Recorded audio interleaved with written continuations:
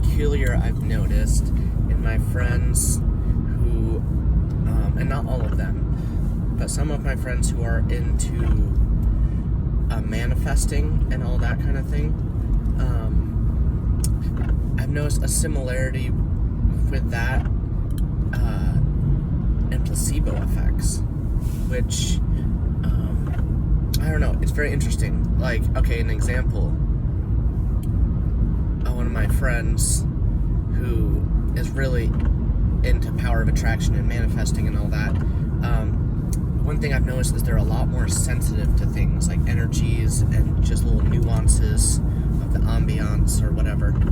And I had them help me at the pot farm where I work for a harvest, and they were convinced that they got stoned from just being around the cannabis, which scientifically is not possible.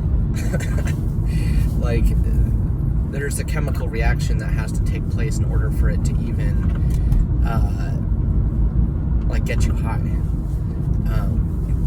And so it's like when she was telling me, and she was so sure that like it got her high and it affected her, because she was like, I'm that sensitive and all that. And I was like, I'm trying not to be rude, but it's just like, that's not, like, that has to be placebo effect,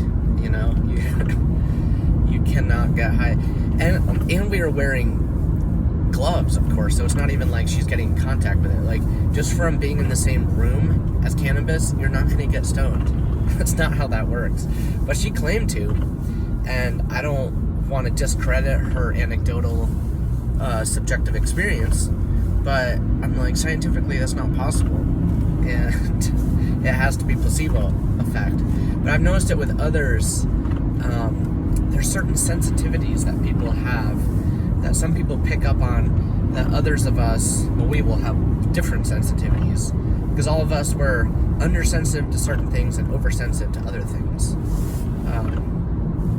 One area I'm kind of undersensitive is sometimes I'm not, like, if there's an awkward pause, or what people call an awkward, like, silence, or like this or that, like, that doesn't really register with me. Like, it's not that I don't have awkward moments at all. Like, I've definitely done things, like, shoot, just this weekend, there was this jam and we were going around a circle, and I think we passed around the solos and stuff. Well, every other song the bass player had just passed up their solo, and the last guy had stopped, and I was right after the bass player, and that was like, everyone dropped out and it was just the bass player playing, and I'm like, oh, am I supposed to play here? And I just started playing, and then the person next to me was like, no, it's the bass player, and I was like, oops, and I was just soloing over their thing, and that was an awkward moment for me. So it's, because I was like, oh, that was embarrassing, I was just playing over their lead, but, it happens. But, like, a lot of, like, your ordinary awkward moments, it's people that are sensitive to things that I'm like, it's not necessarily sensitivities. It could just be like something makes someone feel uncomfortable because they don't know where to go, whereas my mind has already gone in like 3 other places, so I'm too distracted by my own thoughts to feel awkward. But anyways, that's a side branch. But it is interesting. There's certain sensitivities or acuities that people have that it's like they will. It's like just being in the presence of something, they will have the felt experience of that thing happening to them, even if it doesn't align with the scientific structure of things, Anyway, I just thought that was interesting. I don't know if you have any friends who are, like, claim to get high from just being around cannabis. I just don't believe that's truly what it is, but your brain could make you feel as if it's that way, maybe. It's like I said, I don't want to discredit someone's experience, their felt experience. That's the most real thing you know. But it's kind of like in a dream. Like, I've had times in dreams where I was drinking and it felt like I was actually drunk, or I was I don't know, like, the brain can create very realistic felt presences of experience.